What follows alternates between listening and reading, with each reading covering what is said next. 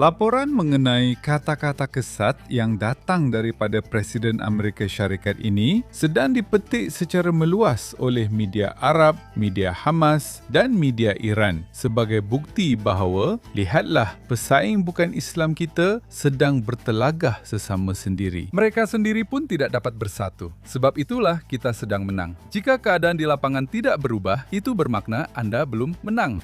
Jika Hamas masih berada di Gaza, itu bermakna anda belum memenangi perang ini. Jika Hizbullah masih mampu menghantar semua drone ini dan melancarkan roket, itu bermakna anda belum menang. Selamat kembali ke Timur Tengah kita, Al-Shakl Al-Sadlana. Khalid Abu Taimi, sahabatku yang dikasihi. Saya bercakap dengan anda dari Bandaraya New York, di mana kami baru sahaja mengadakan perarakan Salute to Israel. Sebentar. Syukuk dramatik kali pertama seorang Datuk Bandar yang menyokong jihad, yang menyokong gerakan Islamis Hamas, proksi kepada Republik Islam Syiah Radikal Iran, sesuatu yang belum pernah berlaku, Khalid. Dan ini memang sebahagian daripada rancangan kita hari ini. Anda baru saja menulis satu artikel yang sangat berpengaruh bertajuk Kelemahan Barat Berhadapan Jihad. Itulah yang kita hadapi di New York City. Kita menghadapinya di seluruh Amerika Syarikat, Eropah dan dunia bebas. Kita berada dalam saat yang sangat-sangat serius berhadapan dengan jihad di seluruh Timur Tengah dan yang menembusi Barat. Khalid, bagaimana anda melihat kelemahan ini? Anda tahu, saya selalu katakan bahawa kita perlu melihat dengan sangat teliti mesej apa yang Barat hantar kepada para jihadis dan kumpulan Islamis lain di seluruh Timur Tengah. Dan jika anda yang menghantar mesej itu, bahawa anda sama ada bersimpati kepada mereka atau anda memahami mereka atau anda ragu-ragu dan teragak-agak atau anda belum membuat keputusan atau anda lemah, ini pasti akan memberi mereka lebih keyakinan. Dan inilah mesej yang dihantar oleh Mama Dani dalam beberapa hari lepas kepada para jihadis. Mesejnya ialah anda sedang menang. Datuk Bandar, salah satu bandar paling penting di Amerika dan di dunia, berada di pihak anda. Anti-Israel bermaksud pro-Hamas. Ia menyokong organisasi pengganas Islamis dan begitulah ia dilihat. Jadi, sangat penting untuk melihatnya dari sudut mereka, dari sudut pihak lawan. Semuanya berkaitan dengan persepsi, bagaimana anda dilihat. Ini adalah perkara yang paling penting sekarang. Ini adalah satu perkara yang kritikal, Khalid, kerana setelah berarak bersama delegasi Knesset dalam perarakan Salute to Israel di New York City, buat pertama kali sejak perarakan itu diasaskan pada tahun 1964, seorang Datuk Bandar yang sedang berkhidmat. Dalam kes ini, Datuk Bandar Mamdani telah memboikot perarakan tersebut. Sekarang, seperti yang anda katakan, ini memberikan persepsi kemenangan yang sangat serius kepada golongan Islamis. Kerana boikot itu pada dasarnya memberi isyarat sedemikian. Seolah-olah kini sesiapa sahaja bebas memburu orang Yahudi di bandar Yahudi paling ramai penduduk di dunia di luar Israel. Dan ada orang yang fikir pemerhatian saya ini agak keterlaluan. Tetapi saya ingin mencadangkan dan saya sebenarnya sangat-sangat berminat dengan pandangan anda tentang perkara ini. Apabila seorang Datuk Bandar Muslim yang telah menyeru supaya intifada itu diglobalisasikan. Intifada dan isterinya ialah penyokong pembunuhan beramai-ramai jihadi pada 7 Oktober di Israel terhadap orang dari 51 negara bukan sahaja. Israel memboikot perayaan paling penting komuniti Yahudi tempatan melalui perarakan Salute to Israel. Ia menghantar mesej bahawa keganasan, antisemitisme dan hasutan untuk membunuh adalah benar-benar sah. Sama ada di New York, di New Jersey, atau di Eropah, atau di mana-mana sahaja di seluruh dunia. Apa pendapat anda? Kemudian, tanpa mengira latar belakangnya dan tanpa mengira pandangan politiknya, hakikat bahawa dia memboikot, anda tahu, perarakan pro-Israel menghantar mesej yang sangat kuat. Ini bukan satu message yang ditujukan terhadap Israel. Ia juga merupakan satu message yang bersifat anti-Yahudi. Ia sama seperti meludah ke muka bukan sahaja Israel tetapi juga komuniti Yahudi. Dan itulah sebabnya saya kata anda perlu sangat berhati-hati. Tidak mengapa untuk mengkritik Israel. Tidak mengapa untuk mengatakan bahawa saya tidak bersetuju dengan dasar-dasar Israel. Tidak mengapa untuk mengkritik gabungan Israel. Tidak mengapa untuk mengkritik tindakan ketenteraan Israel. Tetapi apabila anda melangkah lebih jauh dan mula terlibat dalam boikot dan pelucutan pelaburan, serta anda mula menyebarkan pandangan dan propaganda anti-Israel, itu menjadikannya sangat sukar. Ia memberi kelebihan kepada musuh-musuh Israel. Dan itulah sebabnya kita perlu sangat berhati-hati tentang perkara ini. Saya katakan anda sentiasa perlu melihat bagaimana pihak lawan memandang anda. Saya tidak nampak bagaimana boikot, pelucutan pelaburan dan sekatan sebenarnya membantu menggalakkan keamanan dan hidup bersama. Saya sentiasa berhujah bahawa boikot dan pelucutan pelaburan tidak kira dari mana asalnya sebenarnya membawa kerosakan. Ia memakan diri. Meminta rakyat Palestin sebagai contoh untuk memboikot produk Israel, susu Israel dan keju Israel tanpa menawarkan mereka alternatif bukanlah pro-Palestin. Ini hanyalah anti-Israel.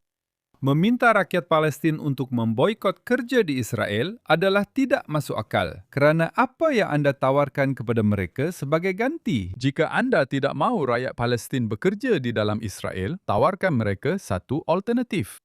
Tetapi sangat mudah bagi sesetengah orang Barat untuk duduk di New York, di Eropah, dan di seluruh dunia Barat dan memberi ceramah kepada rakyat Palestin tentang apa yang baik dan apa yang buruk untuk mereka. Jika anda mahu membantu rakyat Palestin, mulakan inisiatif yang positif.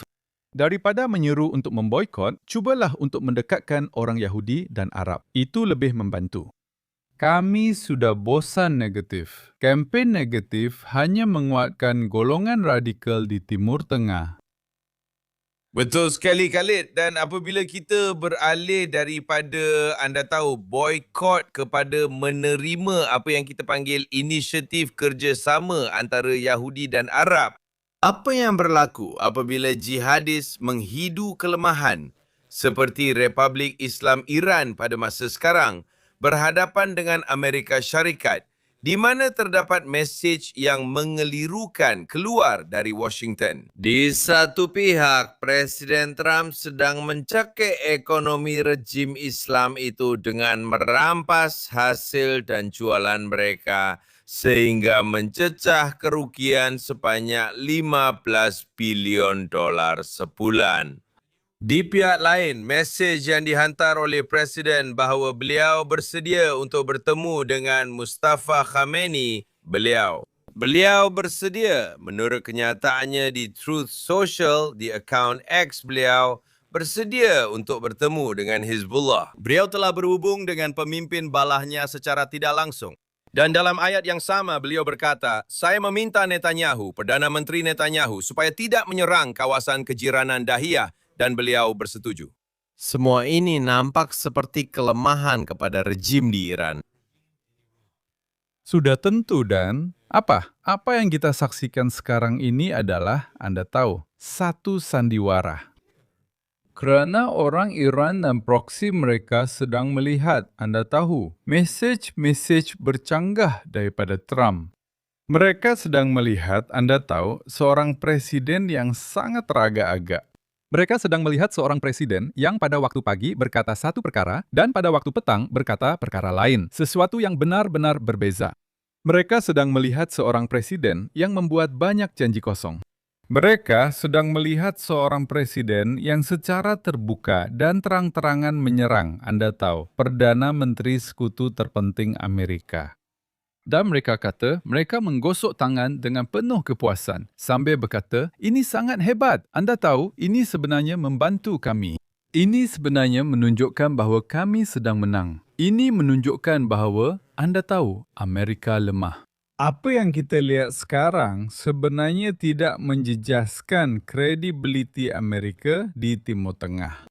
Jika anda mahu memulakan perang, anda perlu menghabiskannya. Dan anda tidak boleh biarkan semua medan perang terbuka dan mendakwa anda telah menang. Jika anda tidak menang, itu bermakna Hamas, Iran, dan Hizbullah yang menang. Jadi anda perlu membuat keputusan. Anda tidak boleh biarkan perkara tergantung begitu sahaja. Ini menghantar mesej yang salah. Dan perkara yang sama juga berlaku kepada Israel sebenarnya. Dan itulah sebabnya saya selalu katakan, anda tahu, saya telah mengikuti apa yang dikatakan oleh Hamas, Hizbullah, dan rejim Iran serta penyokong-penyokong mereka. Dan mereka melihat perkara ini dan mereka berkata, anda tahu, baiklah, anda menyerang Iran, tetapi rejim Iran masih ada. Anda cuba untuk menghapuskan Hamas, Hamas masih ada. Anda cuba untuk melucutkan senjata dan menghapuskan Hizbullah masih ada. Jadi jika Anda tidak mencapai kemenangan mutlak, itu adalah satu masalah. Dan ini memerlukan kesabaran, sesuatu yang pembuat dasar Barat kurang.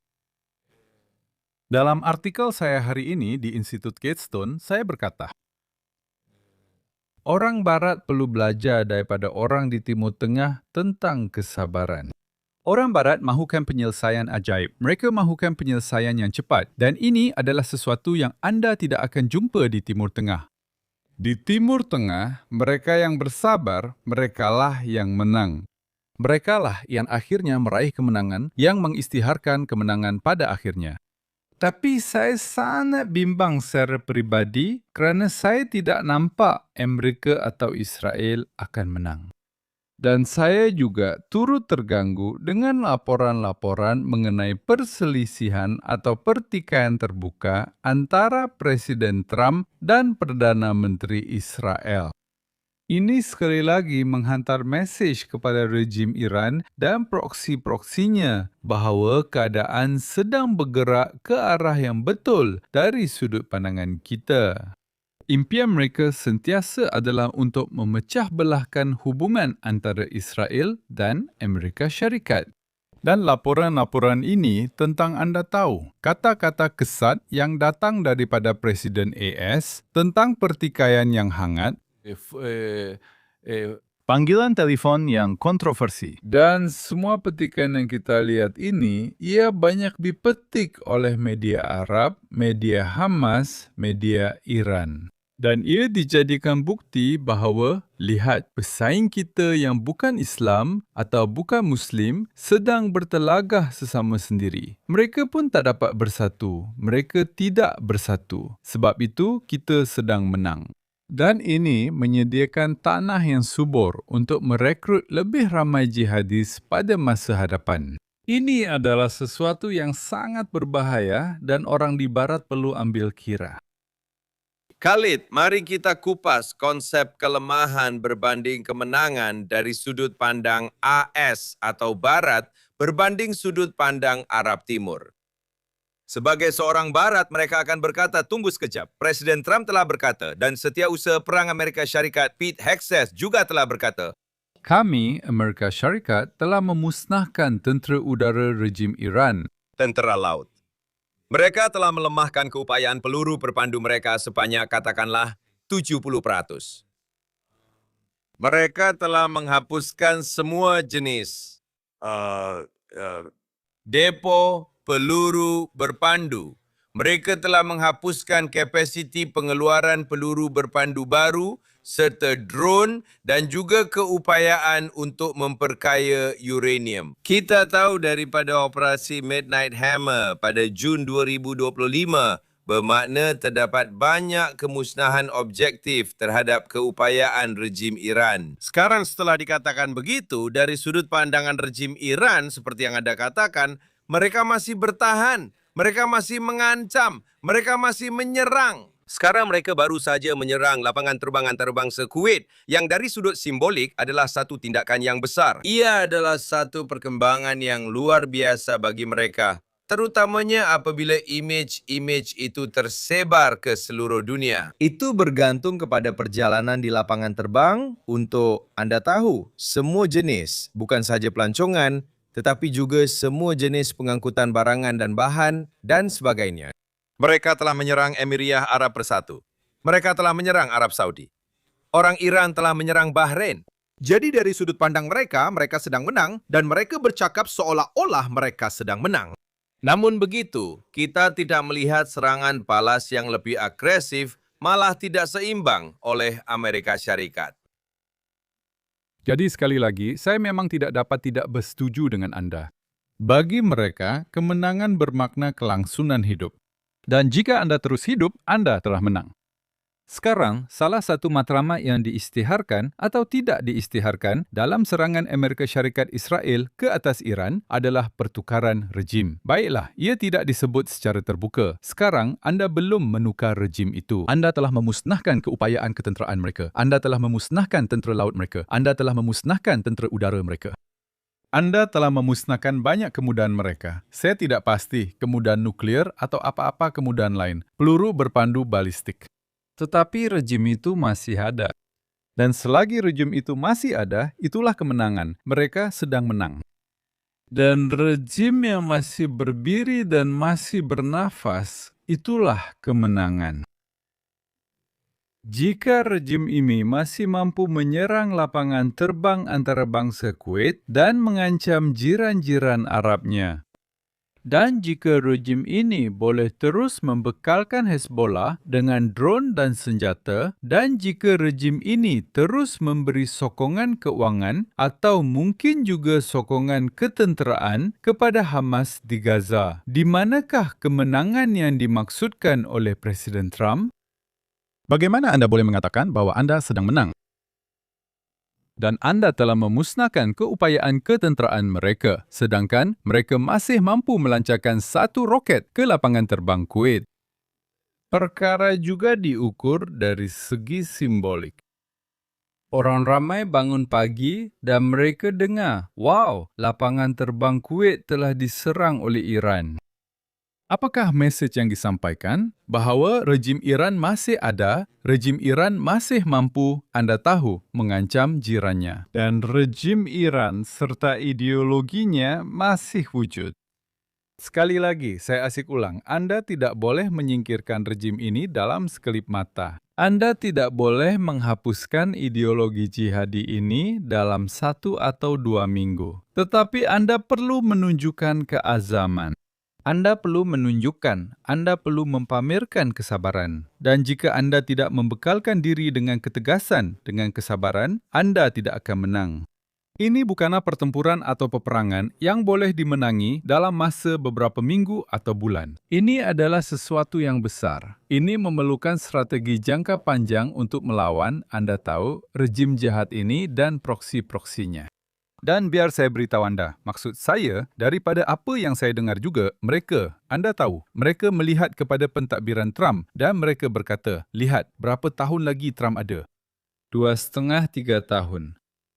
Okey, kami sabar. Dia akan pergi. Akan ada pentadbiran lain dan akan ada dasar AS yang berbeza. Tekanan ke atas kami akan berkurang. Sekarang mereka melihat apa yang sedang berlaku di Gaza dan apa yang sedang berlaku di Lebanon.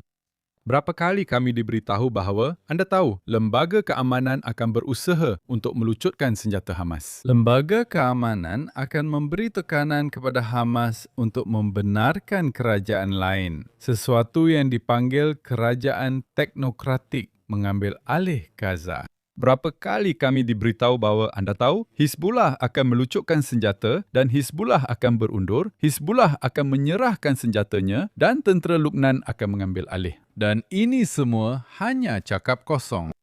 Jika keadaan tidak berubah di lapangan, Anda belum menang. Jika Hamas masih berada di Gaza, walaupun ia menguasai 1% Gaza, Anda belum menang perang ini. Jika Hizbullah masih mampu menghantar semua drone ini dan menembak roket ke kawasan utara Israel, maaf, Anda belum menang. Perlu ada pendekatan baru. Anda perlu bersabar. Dan jika Anda tidak bersabar, Anda menghantar mesej yang salah, sekali lagi saya katakan, kepada semua jihadis ini. Perkara terakhir yang kita perlukan ialah memberi semangat kepada para jihadis dan menggalakkan orang lain untuk menyertai mereka kerana yakin bahawa kuasa besar dan sekutunya, Israel, tidak menang. Mereka tidak mampu mengalahkan kita. Jika Anda tidak mampu mengalahkan mereka, jika Anda tidak mengalahkan mereka, mereka menang. Begitulah keadaannya. Anda boleh membunuh beribu-ribu daripada mereka. Anda boleh memusnahkan keupayaan ketenteraan mereka, tetapi tiada kemenangan mutlak. Anda perlukan kemenangan mutlak. Jadi inilah soalannya. Rakan kongsi JCFA kami dan pakar perundangan antarabangsa Bob Myers yang telah bekerjasama dengan kami dalam inisiatif ini yang dinamakan Menghadapi Jihad. Beliau adalah pakar dalam hal ehwal Islam antarabangsa, telah berkata demikian. Kita perlu melihat kepada tafsiran ekstremis terhadap Al-Quran dan Islam, baik dalam versi Syiah radikal maupun versi Sunni radikal, seperti yang diwakili oleh ISIS, Al-Qaeda, dan Ikhwanul Muslimin. Sekarang, jika kita melihat Iran dari sudut pandangan teologi, DNA dan misi mereka adalah untuk mengekspor revolusi Syiah radikal Islam, bagi menyebabkan kemunculan semula Mesias mereka, yaitu Mahdi, Imam ke-12 yang gaib. Dan ini sangat penting. Ia bukan sekadar wacana akademik dalam bidang eskatologi atau satu senario akhir zaman, tetapi apa yang mendorong mereka, membakar semangat mereka, ialah komitmen yang mendalam dan didorong oleh agama, tekad, serta ketabahan untuk mencetuskan satu senario keganasan akhir zaman. Dan saya ingin mendapatkan pandangan Anda dari sudut pandang Iran, dari sudut pandang rejim IRGC dan Ayatollah. Kerana majoriti rakyat Iran menentang mandat teologi ini. Tetapi adalah penting untuk rakan-rakan dan rakan sekerja kita di Barat untuk memahami bahawa Misi yang didorong oleh teologi ini adalah tidak boleh diubah. Ia adalah sesuatu yang tidak diketahui di Barat. Dan ia benar-benar mencerminkan komitmen penuh mereka, ketabahan, dan keupayaan untuk meyakinkan diri sendiri di dunia bahawa mereka sedang bergerak ke arah hasil mesianik. awak tahu kan, selama 47 tahun yang lalu, strategi utama atau matlamat utama revolusi Islam adalah untuk mengeksport revolusi Islam ke negara-negara jiran, terutamanya ke negara-negara Arab dan Islam di sekelilingnya. Sekarang, Iran atau rejim Iran katakanlah, mereka mempunyai tafsiran mereka sendiri atau versi mereka sendiri tentang Anda tahu, tentang Islam, tentang ajaran Islam dan kemana arah tujuannya. Seperti yang Anda katakan, Iran mewakili Syiah dalam kalangan umat Islam berbanding dunia Sunni. Dan dalam Islam, Syiah dikenali sebagai lebih ekstrim dan lebih tegas, atau maaf, lebih tidak bertolak ansur. Dan ini telah menimbulkan geseran dan ketegangan antara Sunni dan Syiah sepanjang beberapa abad yang lalu. Ada sesuatu yang menyatukan mereka sebenarnya. Dan ia bukan sesuatu yang bersifat ideologi. Ia juga bukan sesuatu yang bersifat agama.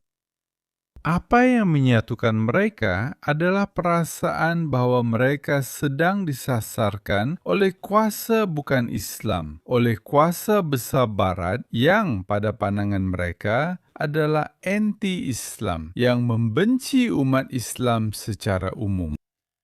Ada satu lagi perkara yang menyatukan mereka, yaitu Anda tahu perjuangan mereka menentang Israel. Mereka berdua mempunyai musuh yang sama. Dan ramai orang telah bertanya kepada saya selama ini. Anda tahu, jika Iran adalah sebuah rejim Syiah, mengapa ia menyokong Hamas yang merupakan sebuah rejim Sunni? Dan saya selalu berkata, lihat, ia bukan kerana cinta kepada Hamas. Ia kerana Iran, Anda tahu, Iran dan Hamas mempunyai musuh bersama yang dipanggil Israel. Dan kerana bagi Iran, Hamas adalah proksi utama dalam konflik Israel-Palestin. Dan salah satu matlamat Hamas, salah satu matlamat Iran adalah untuk memiliki aset penting. Dan bagi mereka, Hamas adalah aset penting. Setelah mereka selesai dengan Hamas, mereka akan menyingkirkan Hamas. Sebenarnya, Iran tidak benar-benar peduli tentang Hamas atau rakyat Palestin.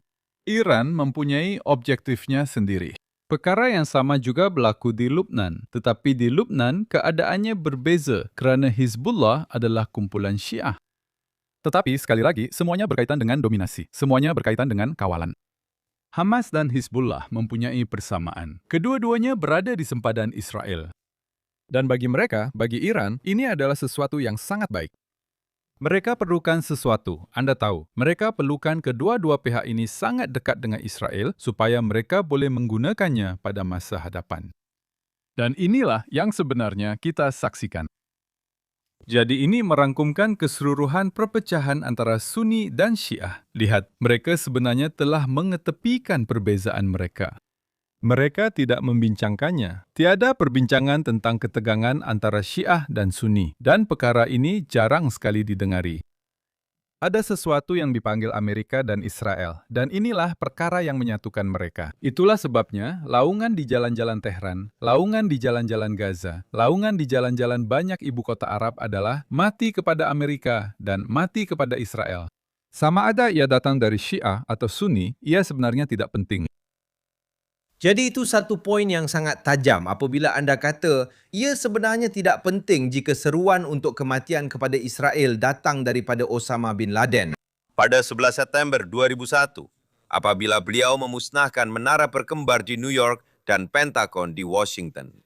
Atau sama ada ia adalah rejim Iran yang membunuh ribuan askar Amerika di seluruh Timur Tengah dan cuba membunuh Presiden Amerika Syarikat Donald Trump dan dua bekas ahli kanan pentadbiran Trump, John Bolton dan Mike Pompeo, bekas setiausaha negara.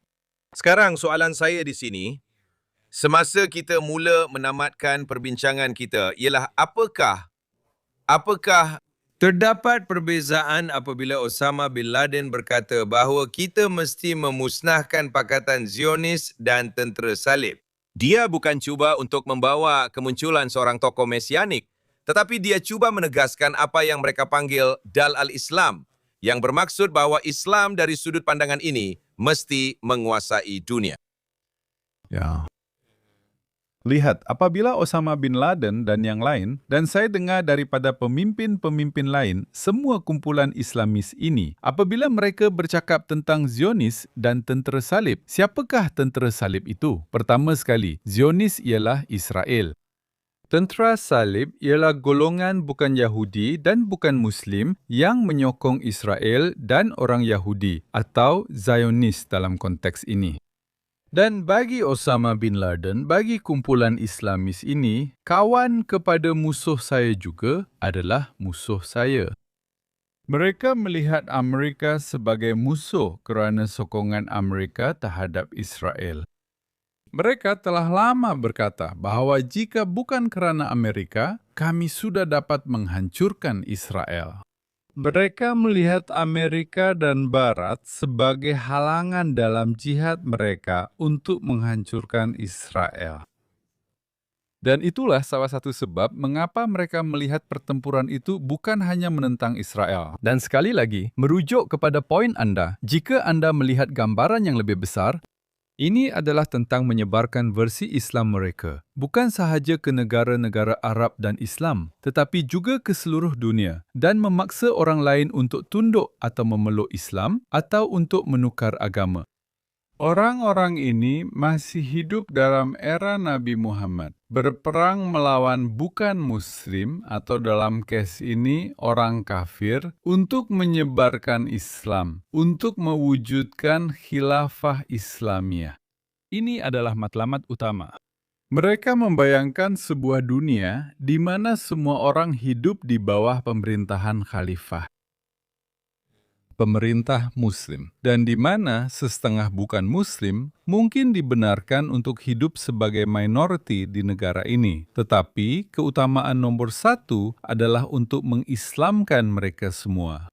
Jadi, beginilah cara mereka melihat sesuatu. Inilah yang mereka benar-benar percayai. Inilah strateginya dan inilah ideologi yang kita bincangkan. Dan sekali lagi, ia tidak penting sama ada ia Syiah atau Sunni. Ini adalah kepercayaan bersama, sesuatu yang mereka benar-benar yakini dan mereka sangat komited terhadapnya. Jadi soalan terakhir, Jika pelampau Sunni dan Syiah radikal komited terhadap penyatuan jihad ini menentang orang bukan Islam, maksudnya orang Kristian, Yahudi, malah semua penganut Bahai, mana-mana agama lain, Drus, Anda tahu, Kurdi, sesiapa saja yang tidak menganggap diri mereka sebagai Muslim. Dalam gambaran yang mereka lihat, bagaimana kita mentakrifkan kemenangan dari sudut pandangan para jihadis? Apa yang akan meyakinkan mereka bahawa mereka telah kalah? Pertama sekali, Anda perlu melancarkan perang tanpa henti terhadap mereka. Anda perlu terus menyerang mereka. Anda perlu meneruskan kempen Anda terhadap mereka, sama ada kempen ketenteraan atau kempen ekonomi. Anda perlu melawan mereka di beberapa medan. Anda perlu melemahkan mereka. Anda perlu mengejar mereka 24 jam sehari, 7 hari seminggu. Anda perlu tunjukkan kepada orang lain bahawa mereka sedang kalah. Jika orang lain, jika pesaing mereka, jika Muslim sederhana dan Arab sederhana melihat bahawa mereka sedang kalah, mereka akan mula, Anda tahu, menunjukkan diri mereka. Tetapi jika mereka melihat bahawa Amerika ragu-ragu dan Presiden Trump belum membuat keputusan, dan jika mereka melihat perpecahan terbuka antara Amerika Syarikat dan Israel, ini sebenarnya memberi kekuatan kepada kumpulan radikal. Dan ia menghantar mesej kepada kumpulan anti-radikal di dunia Arab dan Muslim bahawa anda tahu Amerika dan Israel sangat lemah. Mereka tidak boleh memenangi sebarang pertempuran. Mereka melancarkan peperangan sia-sia yang anda tahu tidak mencapai apa-apa. Dan ini adalah sesuatu yang perlu kita ambil kira apabila kita bercakap tentang konflik ini. Sudah tentu, Khalid. Jadi kita akhiri dengan nada positif. Seperti yang diseru Perdana Menteri Netanyahu selepas 7 Oktober, kemenangan mutlak. Dan nampaknya Israel, walaupun dengan segala kekangan yang dikenakan ke atasnya, sedang bergerak ke arah kemenangan. Keadaannya jauh lebih baik dalam menghadapi jihad berbanding pada 6 Oktober. Masih banyak lagi yang perlu dilakukan. Amerika Syarikat pada pandangan saya boleh belajar banyak perkara daripada komitmen yang benar-benar kukuh. Sudah tentu, komitmen Perdana Menteri ini untuk mengalahkan musuh-musuhnya. Sama ada di Gaza, berhadapan dengan Hamas. Sama ada di Syria, berhadapan dengan jihadis. Sama ada di Lubnan, berhadapan dengan Hezbollah. Sama ada di Yaman, berhadapan dengan Houthi yang disokong Iran. Atau sama ada di Irak, berhadapan dengan milisya Iran di sana. Jadi kita ada gurita jihad yang sedang melanda seluruh Timur Tengah dan mengancam Timur Tengah dengan jihad. Bukan sahaja Barat. Jadi ini memang satu isu yang kita perlu ikuti dengan sangat rapat. Dan kami benar-benar ingin mengucapkan terima kasih kepada rakan dan sahabat kami yang dihormati Bob Myers yang telah banyak membantu mendorong kami ke arah ini untuk menghadapi jihad dengan kepimpinan dan kerjasama beliau. Komen terakhir Anda, pemerhatian terakhir Anda, Khalid Abu Talib. Baiklah, sekali lagi maksud saya, untuk mengakhiri perkara ini, saya tetap mengatakan bahawa kita perlu sedar tentang apa yang sedang berlaku di Timur Tengah. Saya ingin melihat rakyat di Amerika dan orang-orang di Barat yang berurusan dengan Timur Tengah. Saya ingin melihat mereka memahami budaya Timur Tengah, memahami bahasa, memahami cara pemikiran. Apa yang saya lihat buat masa ini ialah orang yang berada di Washington, orang yang berada di Eropah bercakap tentang Timur Tengah, menyuarakan pendapat tentang Timur Tengah dan membuat keputusan tentang Timur Tengah. Tanpa memahami bahasa Arab, tanpa memahami agama Islam, tanpa memahami rakyat yang tinggal di Timur Tengah. Saya maksudkan di sini orang Arab dan orang Islam, dan tanpa pernah pun melawat ke Timur Tengah. Dan keputusan penting sedang dibuat berkaitan konflik Israel-Arab atau konflik Israel-Palestin oleh orang yang kurang maklumat, pengalaman, dan pendidikan tentang Timur Tengah. Ini adalah sesuatu yang sangat penting. Dan itulah sebabnya program kami yang dipanggil Timur Tengah Kita sentiasa cuba menyampaikan kepada penonton barat tentang pemikiran di sebalik tabir di Timur Tengah, apa yang sebenarnya diperkatakan oleh orang ramai, bagaimana tindakan dan retorik orang barat dilihat oleh orang Arab dan Muslim di Timur Tengah. Ini sangat-sangat penting. Jadi, pandangan saya ialah bersabarlah. Jika anda membuat janji, tepati janji itu. Jika terdapat perpecahan antara Amerika Syarikat dan salah satu sekutunya, anda tidak perlu mendedahkan masalah itu kepada umum. Simpanlah, anda tahu. Kawalah perkara itu atau bincangkan secara tertutup dan berharap yang terbaik. Itulah satu-satunya cara.